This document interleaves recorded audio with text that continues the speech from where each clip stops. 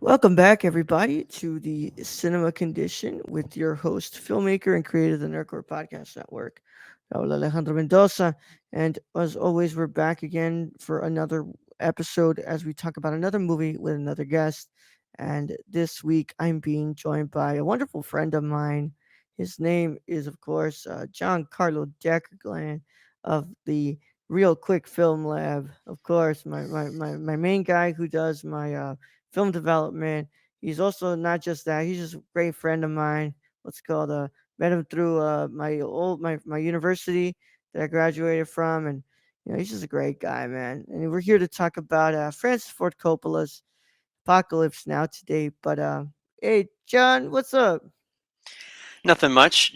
Beautiful morning here. It's not morning anymore, but you know what I Afternoon, mean. bro. Yeah. Yeah, Good afternoon. yeah, It's very wonderful to be on this podcast. Been looking forward to it, honestly. yeah. Love hearing you talk about movies. Thanks, man. Yeah, John has been, scoping it out. He's been wanting to come on for a while now. He was like, Yeah. "Hey, man, let's talk about Come and See." And I was like, "Oh, I'm really sorry, bro. Somebody Oh, I actually wanted to. grabbed I Come wanted and to. See." Yeah. Yeah, It's all good. I, I was like, "Oh, I'm really sorry, man. Like, literally, somebody just took Come and See from you." He's like, "Oh, well, man, I really want to do a war film. Like, let me grab something. Like, I'll let you know what's up." And I was like, "Okay." And he ended up choosing this film, but John's been what's it called, wanting to get into this and wanting to talk with me about this because I guess what's it called, you've seen how I can get, what's it called, we've watched movies together, Yeah. I have. You're yeah, very passionate, which is I am too. I feel that. yeah, yeah, man. But John, for the people who don't know you, brother, you want to let them know who you are? Yeah. So, my name is John Carlo Dekerlegland. I own a film lab in Houston. Um, but I know Raul through school, like you said. I think I actually had a class with you. It was like a TV production class. I don't know if you remember, but I think I remember you in that class. Man. And you were just like, dude, you were like making jokes. I can't remember what you were saying, but I was just like, dude, this guy's a goon. This guy's funny. Like that was before I knew you. Like before I knew you through Pat and Kelvin. Um, Yeah, but yeah, I just remember that. That was pretty funny.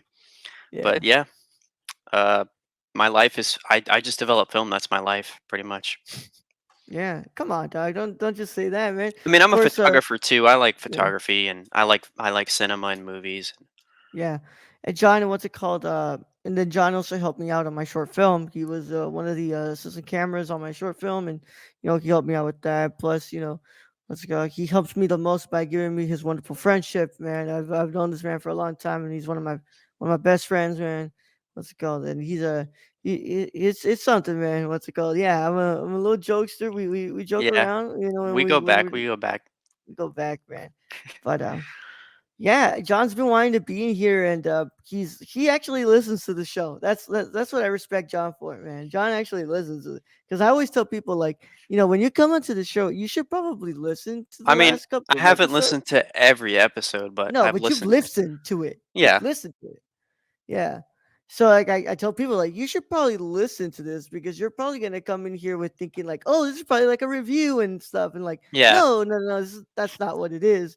So like, it actually makes me feel real good that John comes in here and he's like, oh no, I listened to episodes, bro. Like, I know what we're gonna do here. I'm like, I'm okay, ready. cool. I'm ready. Cool. Yeah.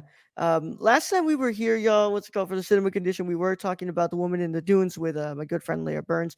Want to thank you all so much for the wonderful love you gave that episode. I know it's been a little bit silent and stuff. Like, I have explained in the past, in the couple of on the nerdcore stuff and on my YouTube channel. I moved. Well, since then, actually, I got fired from my job. I moved. I'm taking care of my brother at the moment, and then I contracted COVID, and then I had some problems with my wisdom teeth. So I've just been kind of like in the backtrack, but I was wanting, this was going to be the next episode, and I was going to, let's go, hopefully record this before. But I was like, John, let me get out of here first. Let me go move, get everything settled. Let's go, so I can actually, sit down and talk about this movie with you. Because I wanted to watch it. I wanted to watch this movie, but I wanted to, what's it called? Like, actually Think sit down think and about it. watch it. Yeah, Yeah. yeah, But that's that, and I'm glad that, what's it called, everything's fixed now. We can, what's it called, be here, and hopefully, guys, I can bring it back to you all to being week to week basis with cinema condition, hopefully. But yeah, we're still going through season 2, my friends, and we're here for to talk about Francis Ford Coppola's Apocalypse Now, because we've never actually talked about Francis Ford Coppola, I do need to introduce you all to Francis Ford Coppola. So let's go ahead and get this. Let me go ahead and bring up my wonderful notes here and talk to you all about the filmmaker known as Francis Ford Coppola. Uh, Francis Ford Coppola is the famous man that I always think that he's dead, but he's not dead. He's very Not much yet. alive. Not yet. Brad always rides my ass because because when I was like, oh man, Coppola was an incredible. He's like, what do you mean by was, bro? He's not dead. I'm like, are you sure he's not dead? Um, I thought he was dead, but he's not. And born April 7th, 1939, Francis Ford Coppola is an American film director, producer, and screenwriter, one of the central figures of the new Hollywood filmmaking movement in the United States from the 60s to the 70s. His interest in theater and storytelling comes from a period when Coppola was contracted polio and was bedridden for a while. And he took that time to, think about stories and create scenarios and such. Before finding an interest in theater arts, though, he pursued work in music, then would go to college for theater arts. After watching the film October, 10 Days that shook the world, Coppola realized his interest in cinema. So he changed his trajectory of his career to filmmaking. Coppola spent a bit of his early career creating nudie cuties to be able to make money. You want to know what nudie cuties are, right? Nudie cuties were erotic productions that showed nudity without implying any sexual activity. So one could say the lewds of today, right? The Yeah. lewds of today. Coppola made his feature-length directorial debut with the film Dementia 13 in 1963. In 1969, after going through a rough patch with the studio, as he directed another feature, he grew tired of the studio system. The studio system's restraint on new directors, so he created his first production company, Zoetrope. He is known for some of his films like The Godfather Trilogy, The Conversation, The Outsiders, Rumblefish, Bram Stoker's Dracula, and of course, today's movie that we're talking about, Apocalypse Now. He is a multiple Academy Award winning director, Palme d'Or winner for The Conversation, and multiple Golden Globe winner.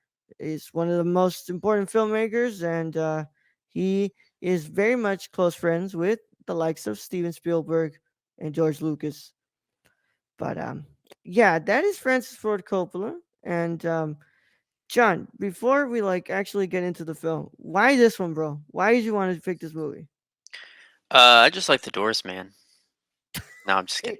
Yeah, I yeah. mean, I do, but I just think the movie is just it's just like one of a kind, honestly. I mean, it's a classic, but like you know how Apocalypse Now, it's just I guess it's always been like one of those movies that's I guess famous, but like people could I guess say it's overrated because it's been talked about so much, I feel like, but Nah.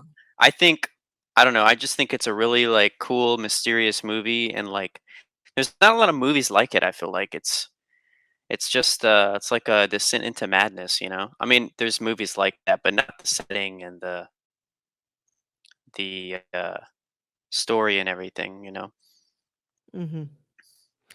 I I just agree like with you, man. the This is mysterious of the darkness, you know? Yeah.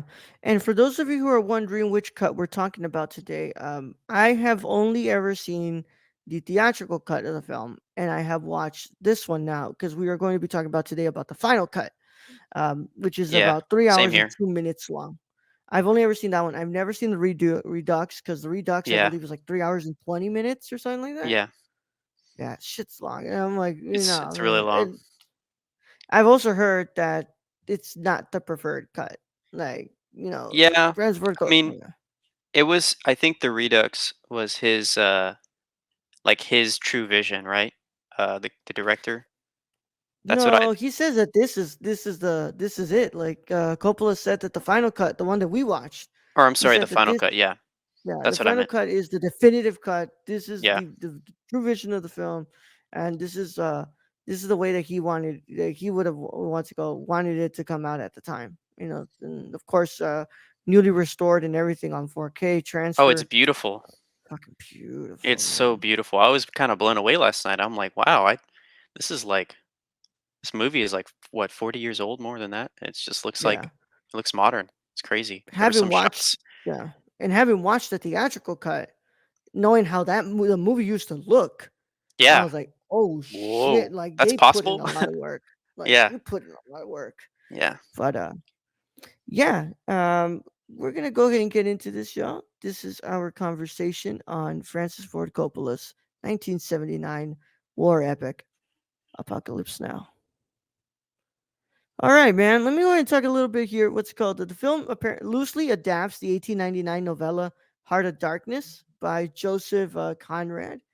And funny enough, it's the film started off by being produced by Coppola and was going to be directed by George Lucas, but Lucas Could you had to imagine drop that? out. Sh- Completely different movie. Dude. Completely different Yeah. movie. But after scheduling conflicts, of course, Coppola would take over directorial duties, and uh, this movie was quite the hell to go Yeah. through. Yeah. Um, There's so much stuff that went wrong and just mhm. craziness. Multiple production errors, intense weather that pretty much damaged gear and damaged sets, and um, also, of course, is very known that Martin Sheen, what's it called, went through a really, really bad mental breakdown on set, and almost had a near fatal heart attack. Yeah. Yeah. Um, of course, there's just so much more, man. I mean, it's nuts. Like the budget kept doubling and doubling and Yeah. doubling when things were going wrong, and cuts weren't being made, and what's it called? The movie wasn't ready. It gets screened at Cannes unfinished, and it's still not done. It's this movie went through hell and back to get made. I was reading that Coppola actually was like I will give up my what's it called? My home, Oh, all yeah, the yeah. all the profits I made off the Godfathers, what's it called, and my car, as long as you let me make this fucking movie and let me Yeah, finish this he was movie. invested. I mean, I think that's really why it was finished. I feel like he really put his whole soul into that movie. Like it took a part of Yeah. him, honestly. Yeah. And of course, one of the biggest things that happened, which was Coppola would cast Brando to come into the film, and Marlon Brando was supposed to, he plays what's it called, the Kurtz, and Kurtz doesn't come around until like really towards the end of the film, so you didn't really need Brando most of the time on that set. And then when Brando comes to set, he comes in severely, majorly overweight Yeah. from what he originally was supposed to be, and he had to rewrite the ending. And uh, Coppola actually had a lot of trouble writing the ending again, and it pretty much took him so much time until he finally was able to get the ending, and he fixed that. And if that isn't the biggest, example of how fucking hard it is to work with Marlon Brando, Yeah. yeah. I'll You're say always though, it's always unexpected. There's always yeah, something. I'll say though, what's it called? From what we got, honestly, like thankfully that Marlon Brando came in overweight, because It I'm worked not out. gonna. Yeah, it Yeah. worked out for sure. Um, Also, funny thing that I had to notice too, because I've listened to a lot of podcasts, I've watched a lot of videos on this movie before. One thing that always what's it called always interests me to talk about is the fact that this was shot in the Philippines um, Yeah. during their civil war, Oh, yeah, yeah. I remember reading something about that too. and he managed to get helicopters from the Philippines to be able to shoot this film and be able to shoot inside of a country during civil That's unrest. crazy. Yeah. Like, it's fucking nuts. And also he went through so many people to try to cast them, and nobody wanted to leave the United States, bro. Nobody wanted to leave the United States for that Yeah. long. A lot of people were scared of getting sick at the time, and Yeah. nobody wanted to be away from home that long. And of course, this also features a very, very young, apparently 14 years old, 14-year-old Lawrence Fishburne. Yeah, that's right. Didn't Yeah. he lie to be like about his age for the Mhm. movie? That's so Yep, he ironic lied. because like his character in the movie, I don't know if it was implied that he lied about like joining at a young age or something. Yeah. Because like that happened a lot. Like they would lie about their age to join the war. Yeah. Yeah. But I just thought that was ironic. Yeah. But so of course, what's it called? I usually say like it doesn't matter whether I like a movie or not. We're gonna have to talk about it whether I like it or not. But there's some times where I just have to offer my thoughts because like this is one of my favorite movies of all time, man. This is my this is my second time watching this film. First time watching the final cut. This movie's fucking incredible. I mean, this movie doesn't like It's it's crazy. it's man. It's just like it captures madness so well, like the madness of I guess war. Like it just captures it so well. I feel like it's so Yeah. chaotic.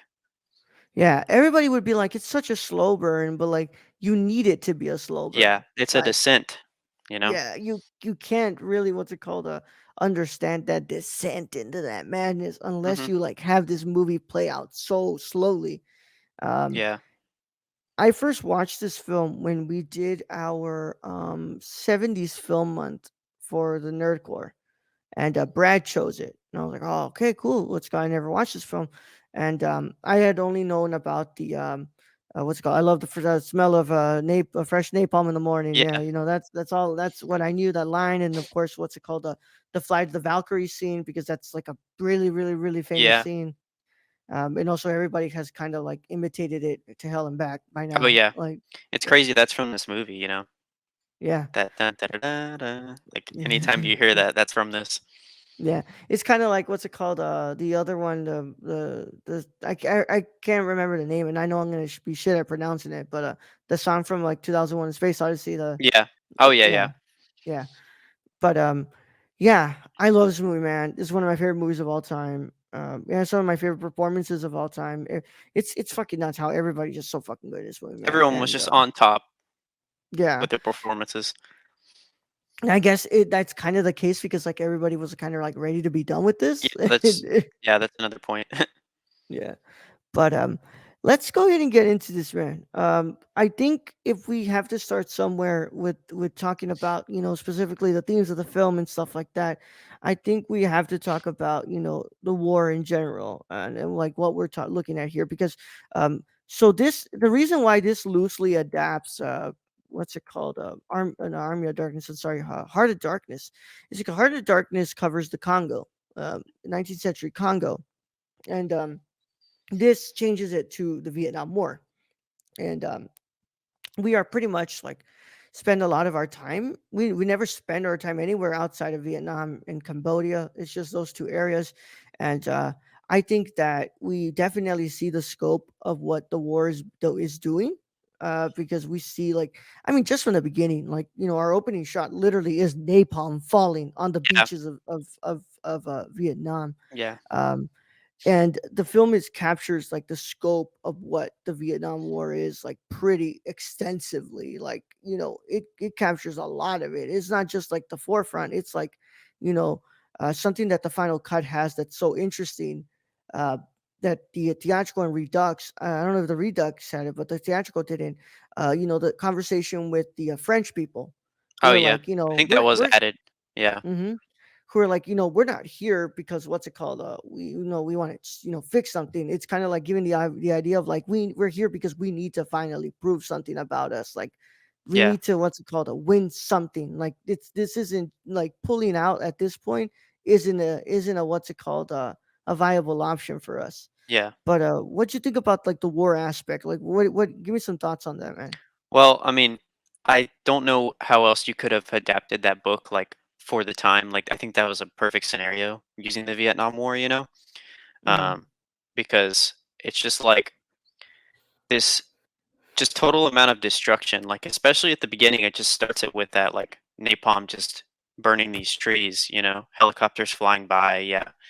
And then you hear like this is the end, you know, by the Hmm. Doors playing. And it's like it's just talking, I guess, about like just destruction. Like this is the end of, I guess, I don't know, humanity in this scenario, you know? It's gone. There's no humanity. It's kind of just like destruction. But I think that the film is really just a metaphor for like how destructive like man can be in war. Like we just kind of revert to our primal instincts and we just kill.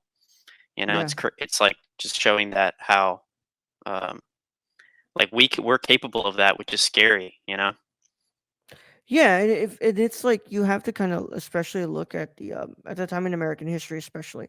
I think having that song by the Doors is like really what's it called powerful because like the Vietnam War era is specifically the end. Like that's the last time. That's really where you can tell, like you can pinpoint in American society where the citizens stopped trusting politicians. Like Yeah, that was it. Like that was it. You know. And if you look at, of course, what the United States had gotten itself into before, let's go World War II. I mean, you know, say what you gotta say or something, but Japanese attack Pearl Harbor, yeah. It United was States it was gets more into the justified, definitely. yeah, but the United States gets into themselves from an attack from that. But Vietnam, they're going in, for nothing, no attack, no nothing like that. And they overstay their welcome, and they lose the war, and this is the end. And if anything, this is the end of humanity, of what's it called, the you know the end of like that rightful just Yeah, military that was the United States. The one that fought for the freedom of the world during World War II and World War One. You know, this is where the tides really changed, and the United States became a police force. yeah, pretty much for Hmm. for communism. Like they were Yeah, just trying to stop the spread of communism. So yeah, yeah, it wasn't the same as how it was in World War II. You know. yeah. And then there's other stuff that just you could pinpoint to, like when one of the what's it called one of the soldiers, what's it called, is shooting, like with the flight of the Valkyries when they're coming in, they're just shooting everywhere, man. Oh yeah. Shooting just it don't matter who the hell they're hitting, they're shooting It's whoever. crazy because the first time I saw that scene, I was kind of surprised. Like, the action for a movie made in like I think they were filming in like 77, I think to Hmm. 79, um, or 78. But like I feel like for the action, um, like the action was filmed very well for that time. Hmm. Like I don't know, I'm just like comparing. What just comes to mind is like Star Wars, like the original Star Wars in '77. Like if you look at the action and how it was filmed, I mean, it was less. It was more practical effects, but Hmm. it's just like to compare those two movies. I just feel like Apocalypse Now, the action is kind of just like I feel like it was ahead of its time, especially for that scene and how it was shot. I was surprised when I saw that because they were doing a lot of shots on helicopters, and I was just like, "Damn, this is like really well filmed." Hmm. And then of course you had like really interesting, what's it called, characters who kind of like show like what war really means to some of these characters, like Lance, holy crap, man, that man just Yeah, sees war as a game. That to yeah, him, that he's it's a just there to game. have fun. Yeah. He's like, "Yeah, I only care about the surfing, and like everything Yeah, else is pretty much just a game. I don't really care about what else is going down here." Um, what's it called? To Martin Sheen, like, the character Willard, like you can tell throughout the whole film, like he's seen a lot of yeah. shit that, like he's pretty much what's it From the called? beginning, you know that he's like messed up. He's got PTSD and he's like totally already messed up at the beginning. Mhm. Yeah, and and then you also have, of course, our the person that we take this whole journey to meet. You have Kurtz, who is pretty much just, he's gone. Yeah, Kurtz, what's it called? Kurtz betrayed the whole his country. yeah, What's called, befriended the natives, created his own branch apparently, and he's gone as well. But I don't know why, but he feels the most sane out of all of the other ones. Like, compared to Lance, like he's not, yeah. That's true. Yeah, like, he's Lance sees war as a game, and Kurtz sees the war as like, like what's it called, something that can evolve and something that we can, what's it called, use as to learn from. But in the end, we don't really, what's it called, learn from it. We just keep You could creating our mistakes say that over and over about again. uh the what's his name? Kilgore? The uh, is he a colonel or he was like the helicopter commander? Yeah, Lieutenant Colonel. Yeah. Yeah. You could really compare them to like where he's like he doesn't really even care about the war. He just wants to surf. He's just Y- trying to find a good spot to surf. And Yeah. like the Vietnamese are just in his way. He's just like, we'll just blow him out of the water. Yeah. And he views war like in a totally different sense. It's like he doesn't even like care. Like he just like, Yeah. and it's just crazy to compare him and Marlon Brando's character because uh, it's like a total different demeanor. Like Marlon Brando is like broken. Kurtz is like totally broken. Like Hmm. this is a man that's like a shell of a person. He's seen some stuff. Yeah. Oh, that's what I was talking about. I was talking about Lance. Yeah, I'm sorry. I was talking about, what's it Oh, called, okay. Robert Duvall. Robert Yeah, Duvall's yeah, character. Yeah, the Colonel, Bill, who, like, the surfer. Yeah, like, yeah. that's all he cares about. You, like, what's it called? Even, like, what's it called? When that one guy brings the baby, right? And Oh, he's kind yeah, of holding it, like, what the fuck you want me to do with this? yeah, Mm, yeah, fuck you, get in the helicopter, get out of here, let's go. yeah. Let's go. It's like he's just kind of looking at it like, what do you want me to do with this thing? Like, it's not. I don't care about It's this. Like, it's weird because his character, you would think, um, he would be like non-caring, I guess, towards the Vietnamese. But like, there's a part where one of the soldiers has water, and he tries to give him some water, and then mm-hmm, someone tells him about surfing, and then he just like he's gonna give this guy some water, and then he turns around and he misses the guy, and he's like, "Oh, there's good waves over there." Like he just doesn't even care. It's like you have a moment where he's gonna be, I guess, compassionate, and then he's just like, "What? There's some waves I can surf." yeah. Like, that's what he kind of says during, like that's what, like, kind of comes up to my mind, because when the whole, like, when he gets the napalm, when the napalm falls, Yeah, that's what he says, like, oh, it should be cleared in a couple of hours, guys. I think we'll still have enough time for the surf.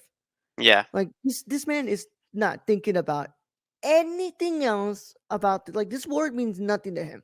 yeah, This one means nothing. Like, this is a game for him. Like, he even yeah. he even throws the cards on the guy, on the dead Oh, yeah, bodies. that's another thing. Yeah, it's just a game. Like it's totally trivializing. I mean, I guess that's another comment on war. It's just like eventually you just trivialize it, and they're just enemies. Like they're not even human. You just cast them aside.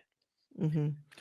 And what's really interesting is also how, like, um what's it called, the how a lot of the characters in this film really don't give a shit about authority.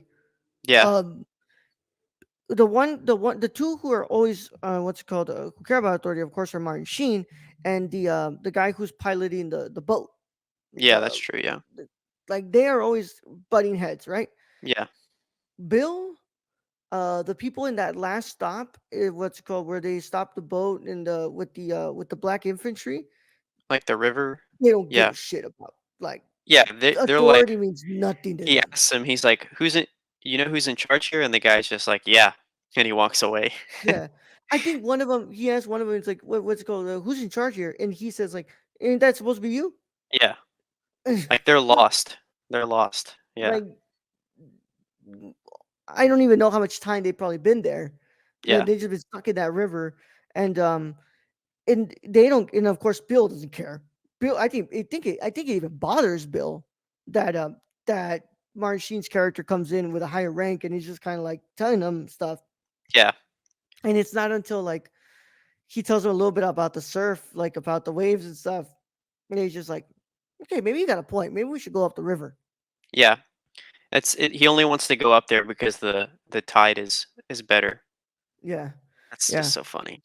yeah. Like, And it's just it's wild how, like, the because you're always taught, right? Like, oh, what's it called? The branches, like, every rank means something more. And, like, that rank, what's it called, answers to the one who's on top. And that one runs, and, like, everybody always, what's it called, at the very top, of course, is the general and stuff. And you would think that that's very important. But when you like look at it and you really, really think about it, what's it called? A lot of these groups are like in these areas for a really long time. They don't even know what the hell's going on anymore. Yeah, Especially it in doesn't this, matter. Yeah. like, does it really matter who's in fucking charge? Like, we got people running at us. What's it called? What's it called? Running at us with guns. It's like at this point, like I don't give a shit who's in charge. What's They're it just called? trying to survive, you know? Yeah. Like, they're just trying to survive out there. And it reminds you of like when Martin Sheen, what's it called, with the when they get to that one boat when they're still going up the river, and when the cat when he tells the guy, what's it called, who's Albert Hall's character, who's piloting the boat, right? And he tells him like, what's it called, like, no, let's not go over there, like let's just keep going because we need to stick to the mission, stick to the mission, Yeah. stick to the mission. And like they of course get into that firefight and whatnot, and then like she's supposed to, what's it called, the guy, what's it called, Albert Hall is telling him like, hey, like let's just, what's it called, put the lady in the thing, let's go get her to like a hospital and stuff. And he's just like, nah, fuck it. And then boom, just shoots her. Yeah. Shoots her and was like I told you, Yeah, the we don't mission need. comes first. Yeah. Yeah, they butted heads a lot because he was saying, "This is my boat," you know? Like, Hmm. "This is my rules," you know? You're just on it, and I'm taking you there. Yeah. And then of course in that boat, like I think a lot of those characters have I think the only one who's sane is the captain. It's not Captain no, well, not Martin Sheen, but the other guy, Albert Hall's character. I think he's the only one who's kind of sane because everybody else is losing it. Who the, Lawrence Fishburne's character is kind of cuckoo too. yeah. Um, the guy with the who gets the dog is like losing it, Oh, yeah. absolutely losing it. Like Yeah. He it's You mean the surfer guy, Lance, or the chef guy? The chef, I think the chef's like all right. The chef hasn't really like he's okay, but Lance for sure. Lance Oh, is yeah, Lance was lost. He totally. Yeah, Lance is gone. Like there's that one brilliant scene where it's like at night and he's just like completely losing it. And like Yeah. I mean he lost it to the point where he was doing the one of the dumbest decisions in this movie. God damn. Like where he's what's it called? The smoke screens. He's got it going. I'm like, way to give off your position, Yeah. dumbass. Way Dude, to he joined the, natives at the end. He he's with them. Yeah, dude, yeah. And you also have like the fucking photojournalist too, who Yeah. like said, "Fuck the U.S. Army, I'm following this man," and he goes to Yeah. Kurtz, and he's just like, "Does nobody here give a shit about the war? Like, there's like no, I don't. I'm convinced that nobody here actually cares about like getting out of Vietnam." Yeah. It's just like an endless cycle. Yeah, and I guess in a way that's what's it called, the contributing to the descent into madness is that like, you know, you've been in here for a long time now, and there's no end in sight, and we're really not winning, because we're just dying and dying and dying and dying, and no, we're not really changing the tide here. Like nobody's a clear cut winner right now, Yeah. and there's nothing that they can do. But they're what's it called? Their ranking officers, the ones who are at the ones who can make the big decisions, refuse to pull out. Yeah.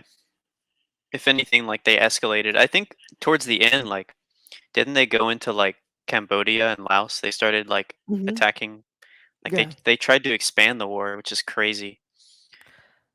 yeah. And I think that's another contributing factor as to why the war went the way it did, is because you stretch too thin, and you're like, you know, Yeah. you're going into Laos and you're going into Cambodia, and you're like, okay, what the fuck exactly are we doing here? Yeah. Like, what exactly are we doing here? But I think what specifically one of the biggest things that you can pinpoint with this film that you can discuss is the factor of dehumanization. I mean, Yeah. what truly like, because I think what these films specifically, when you do a war film correctly, I like Come and See, Saving Private Ryan, um, and a lot of other ones that are escaping my mind at the moment. Like Thin Red Line, or you know? Like what Yeah. what they specifically can teach you, I think it's just how war strips you of humanity. Yeah, You it know, just takes you down to basic, like, kill or be primitive. killed instinct. Yeah. Yeah, And you brought up a good point where you're like, it's pretty much the most primal act that we can commit Yeah, is to just endorse combat and come face to face with people and just murder. yeah, And you know, of course, we don't just have straight up like you just murder, like what's it called? We don't have just straight up like just war because there's clear war crimes being committed in this movie, oh yeah, like oh yeah, stuff like court martial like yeah. level Like type in the shit, dude. beginning, they're just like killing civilians, you know. Yeah, and it's like nobody seems to care about that. Yeah, Like it's just like lawlessness, you know. yeah, and part of it is what's it called a product of the time that this is it because like really the fight the what's called the war in Vietnam is really just like let's what because a lot of what was going on at the time is just like let's stop the spear of communism, you know, Yeah, and it's something that not just this movie but like movies like Full Metal Jacket even bring up. They're like we're here to stop communism. Like this is a fight against communism. It isn't a fight against the Vietnamese. This is a fight against communism. yeah, And you're pretty much dehumanized to the point where they're like what's it called I'm not I don't care who it is, like the enemy is the enemy and we're gonna what's it called take down the enemy, you know and there's also the innocent, because there's another scene in this film where it really shows you how fucking far gone these people are. I'm talking about the girls when the girls come to the party, to the thing that they do for them at the airfield oh yeah. That was for so like that was pretty random. Like that was just in the middle of like this river, and they have like this giant stage, and they fly yeah them in, right? yeah they fly them in because like like let's be real, these men have probably been here since the beginning, right? And would want to say like a good like 5-6 years. They have not seen their wives. They have not seen their girlfriends. They have not been around anything involved, and they pretty much get resorted to acting like apes, like Yeah, fucking they just storm the apes. stage. Yeah, and like I mean, it just goes to show you, like we don't they don't even care about the innocent people, like the people who they're trying to protect. Like the people who like back home, we're trying to protect these people to make sure Yeah, that they have freedom. It's like you don't even care about them because you're acting like freaking apes. Like you're not acting like a human anymore. yeah.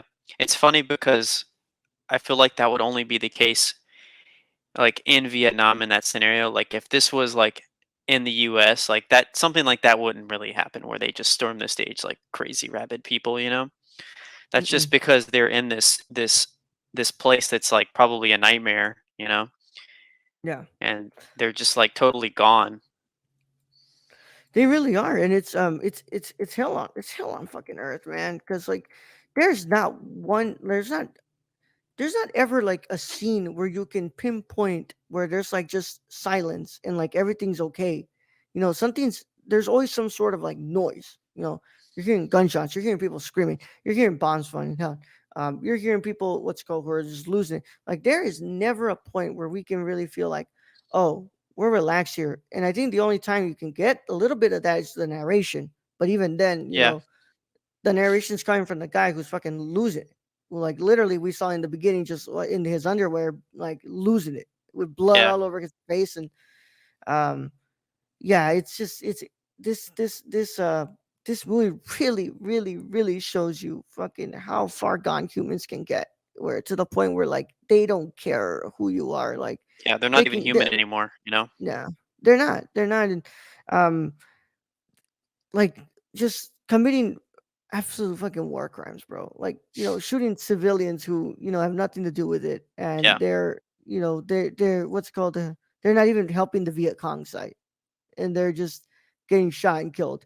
And yeah, this just what's it called? It's a clear picture of what exactly war is supposed to do. And Yeah. Just destruction. destruction, dehumanization, and you know, lawlessness. Yeah. To be quite honest, man. Yeah, it's But yeah, we're gonna go ahead and get into a break, guys. But when we come back, we're gonna go ahead and keep on talking about Apocalypse Now. But in the meantime, please listen to these words from the Nerdcore Podcast Network, and we'll be right back. Hey, I'm Rolando Mendoza, and this is Jabril Newton. and we are the hosts of High Flyer Radio.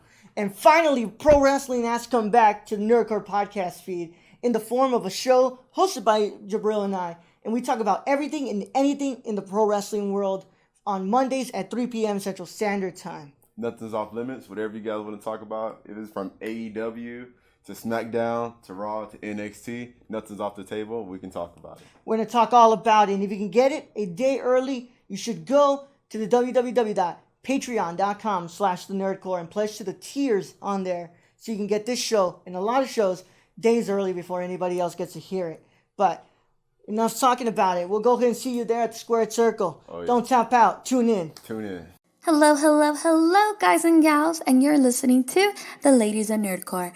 I am your host, Daniela Nunez, and along with my amazing co-host, Ashley Garcia, we discuss many things like social impact, pop culture, political realms, and any controversy surrounding the Nerdverse. Tune in and listen to us bi-weekly on the Nerdcore podcast feed, and we will love to chat and hear your thoughts on our wonderful show. And thank you again for listening to The Ladies of Nerdcore. Hey everyone, my name is Raul the Nerdy Chicano, and I am the host of The Impaired Files. The Impaired Files is a interview show brought to you every Thursday on the Nerdcore podcast feed. And I interview people such as filmmakers, content creators on YouTube, and podcasters like Colton Geschwander.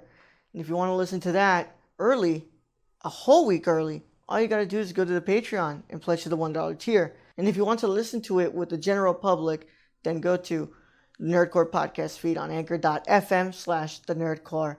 And the case is closed, but it's not classified. See you guys there. Hey, it's Ashley from the Gamer Core. You may remember me from such episodes as Big Screen Mess, Mo Money Mo Platforms, and Brad Can Read.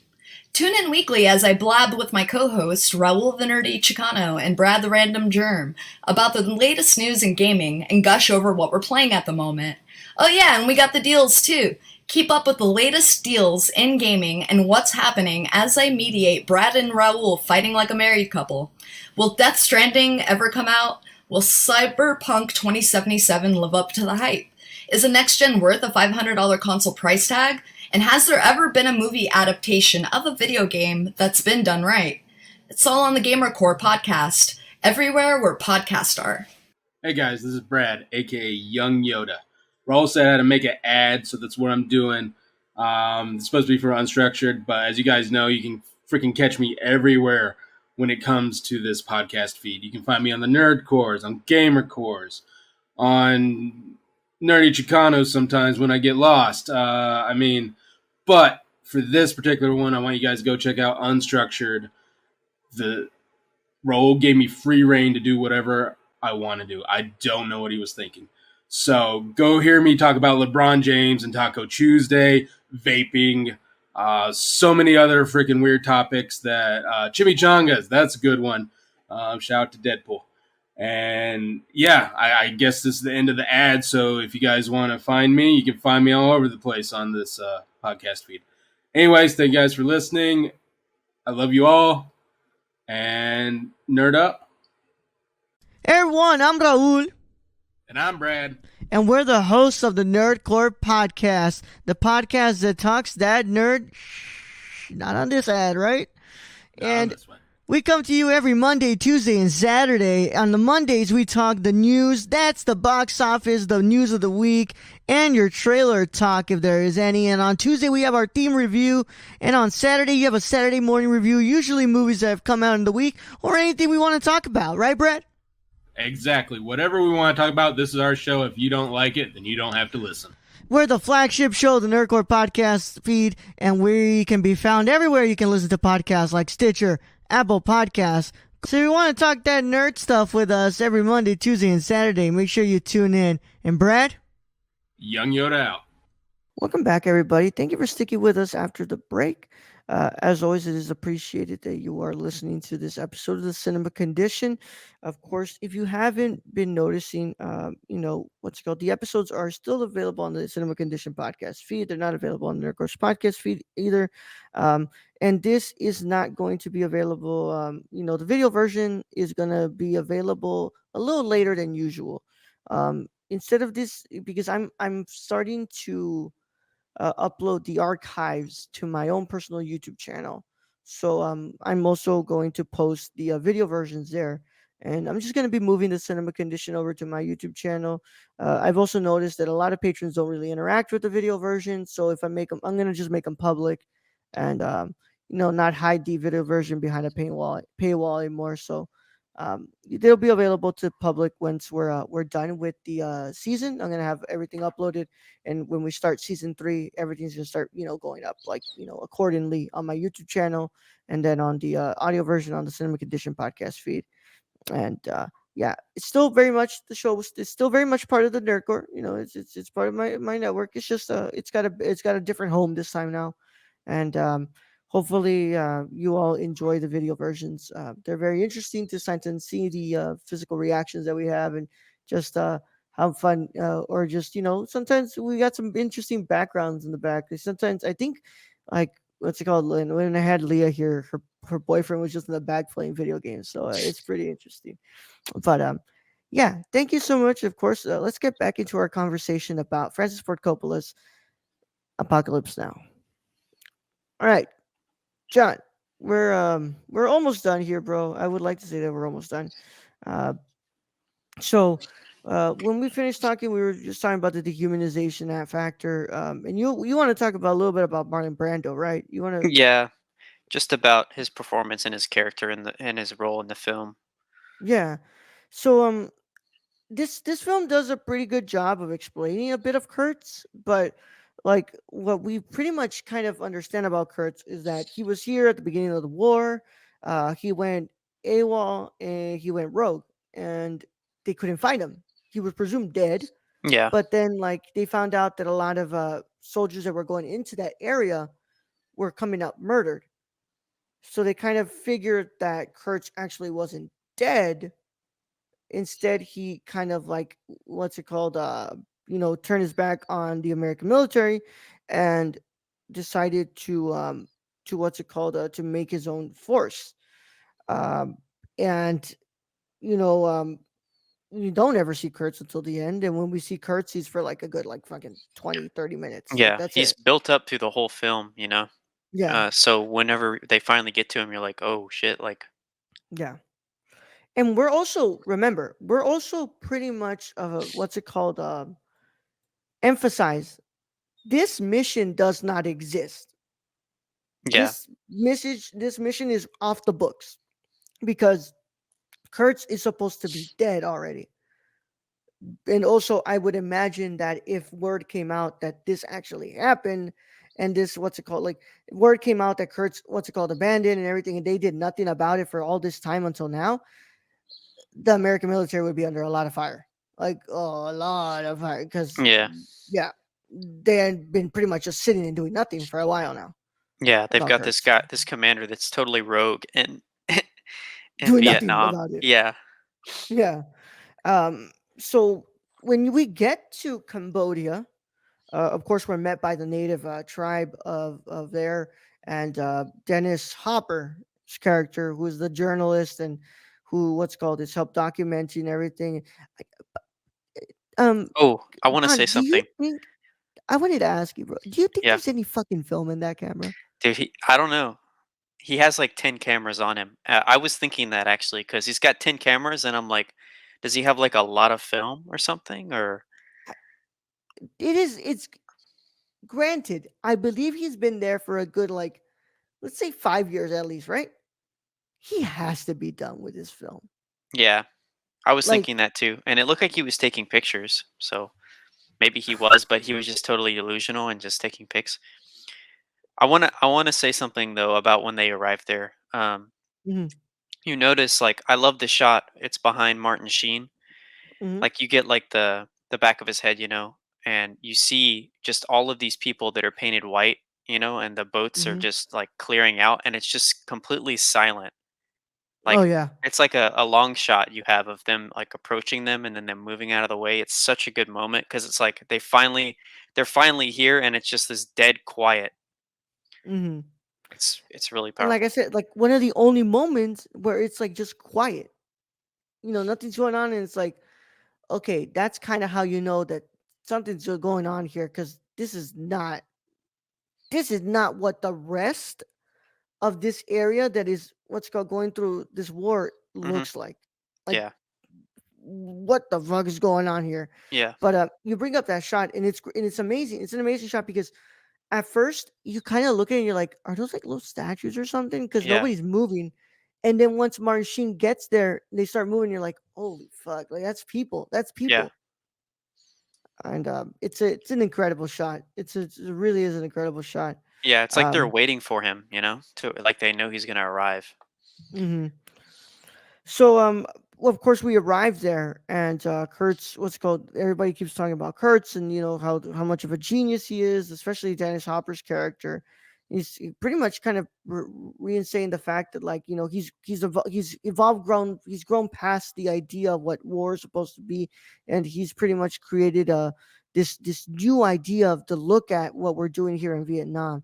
And when you meet Kurtz, he's a very, like, what's it called, mysterious figure. Yeah. You don't even see his face. No, He's totally, it's just a silhouette. yeah, and he's kind of a little bit hard to understand, because he's pretty much speaking in poetry. Mhm. I think he's bringing up like T.S. Eliot's poetry, um, and then just there's just like this weird kind of vibe you feel from him, that, like, he kind of wants to kill you, but he kind of wants to keep you around for a bit because he wants to see what he can pull out of you. Yeah. And I mean, Brando does a great job. I mean, Brando came in unprepared as hell. He doesn't know the script, and he Yeah. pretty much gives a pretty damn great performance. Yeah. Like, it works to have him come in unprepared and overweight, and He didn't just read the book too, apparently. he didn't read the book. No, he didn't read the book. Um, I don't know why this man just kept working with Coppola. Like, I don't know why this man wanted to work. Why Coppola wanted to work with him again. Like, it's because you already had heard a little bit of what Martin Brando did on the Godfather set and how he was really difficult to work on there too. I don't Yeah. know why Coppola would want to work again with him, but that's beyond me. But I don't know. and Maybe he likes the results he gets in the performance. It must yeah, be.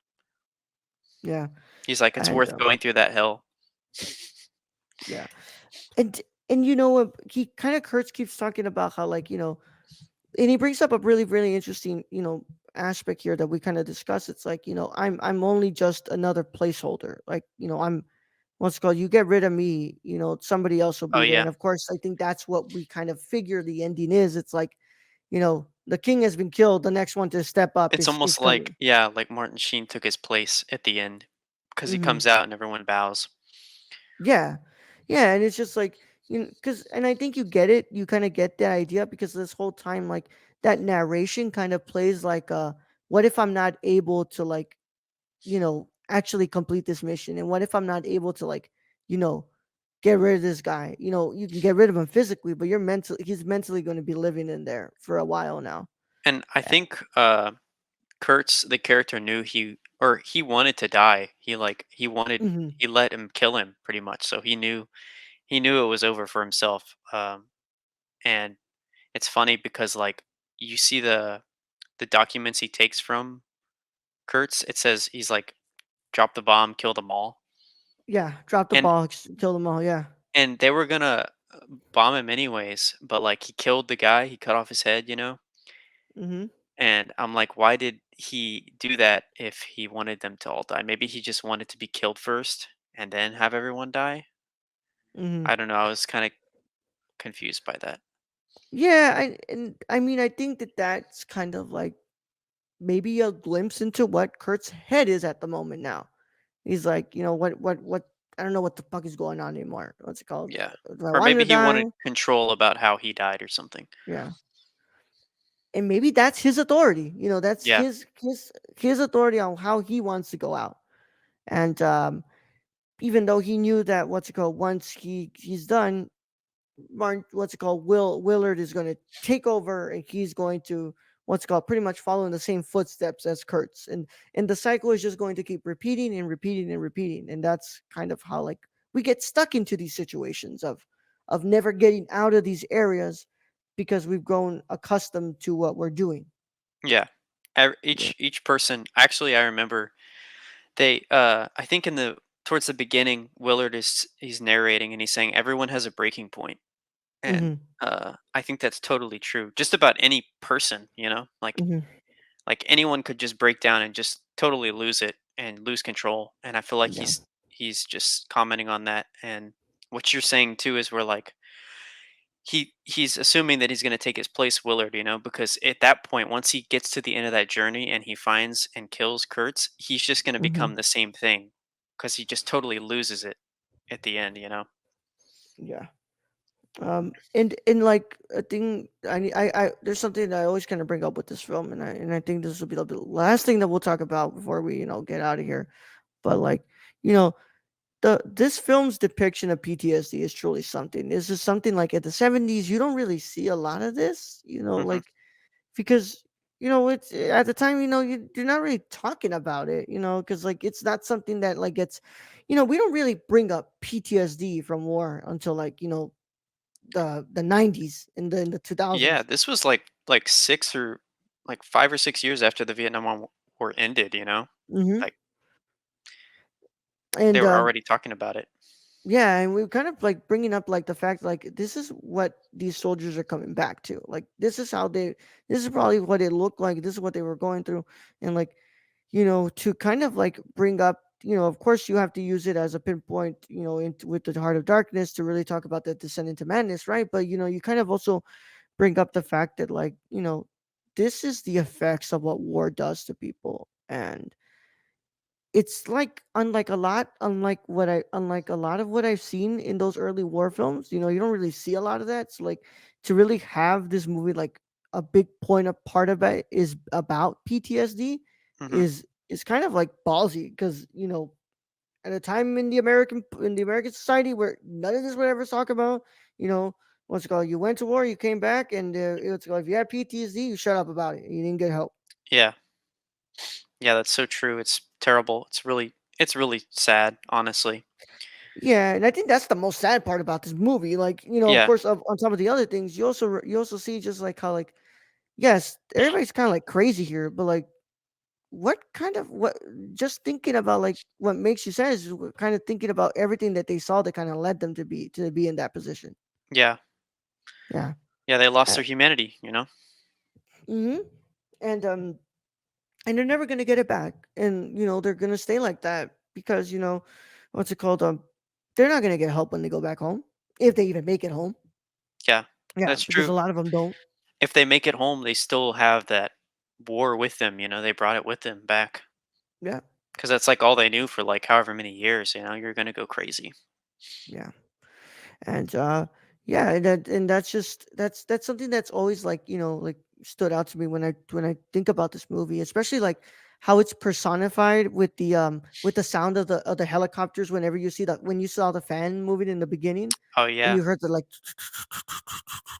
Hmm. and it's like, just stuff like that, just like really like, what's it called, emphasizes, how important of an aspect this is. And like, I would hope that when this movie actually came out, people were actually talking about how important of a conversation it is to have about PTSD.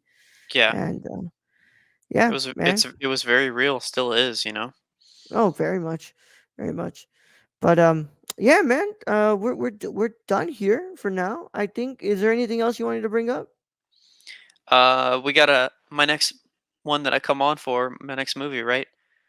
Yeah, we'll talk about that. But Oh, okay. yeah, I want to thank you so much, John. Thank you for coming on and talking about this Thank movie, you. man. Thank you Um, so much. thank you, just French Ford Coppola, man. I really cannot like emphasize how great of a restoration this movie went through. Yeah. Like, if you guys like, I kind of talked about this on the live show, and I kind of talked about it on my Twitter.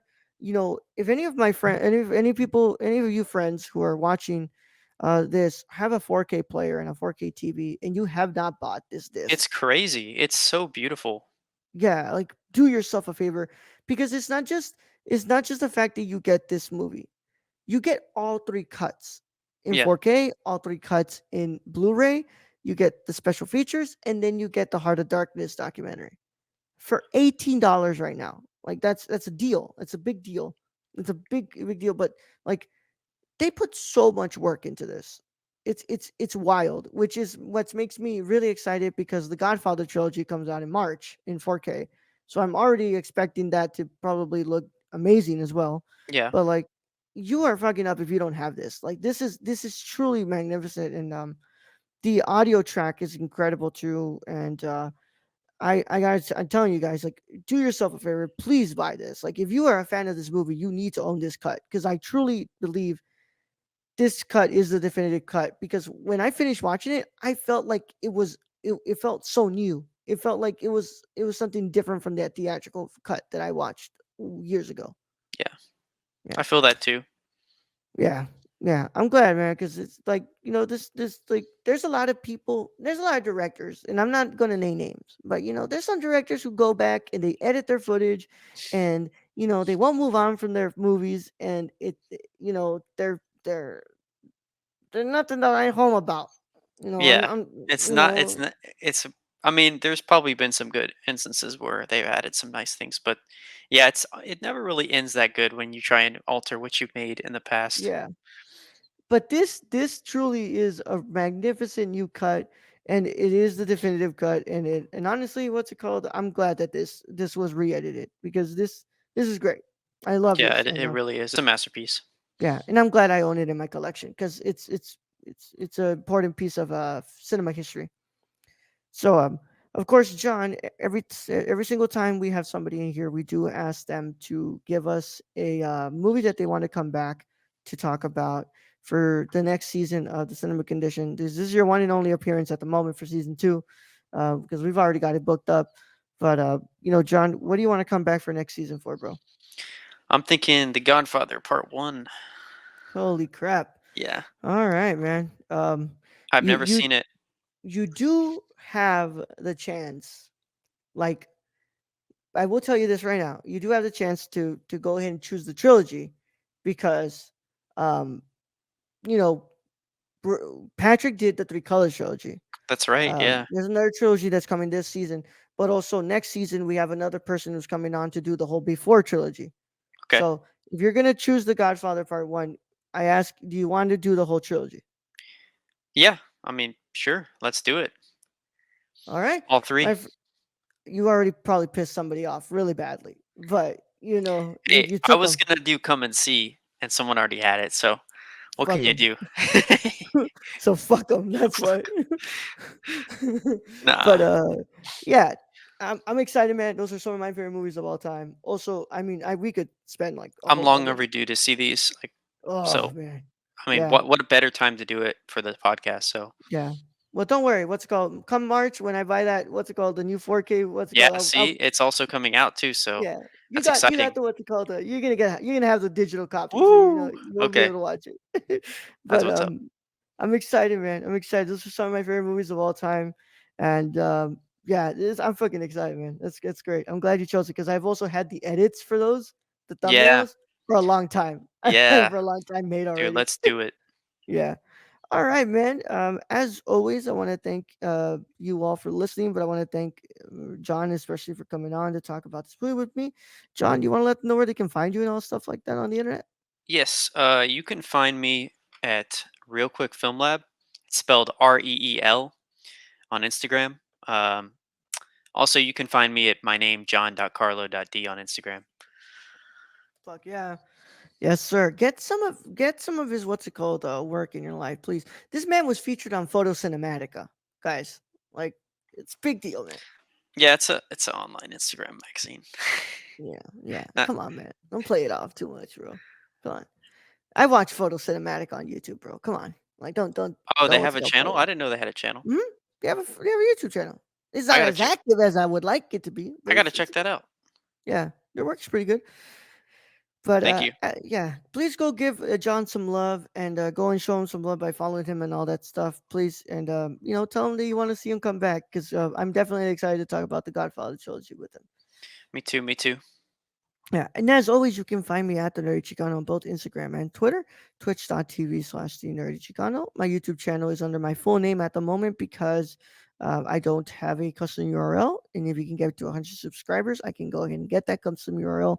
But my channel is filled with a bunch of talk about physical media, about films, and we do photography stuff every now and then. Trying to get some photography vlogs in there, but it's kind of hard right now because I have a lot of responsibilities.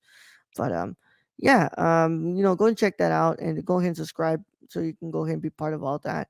You can check out all the stuff I do with the Nerdcore by going to nerdcore.com.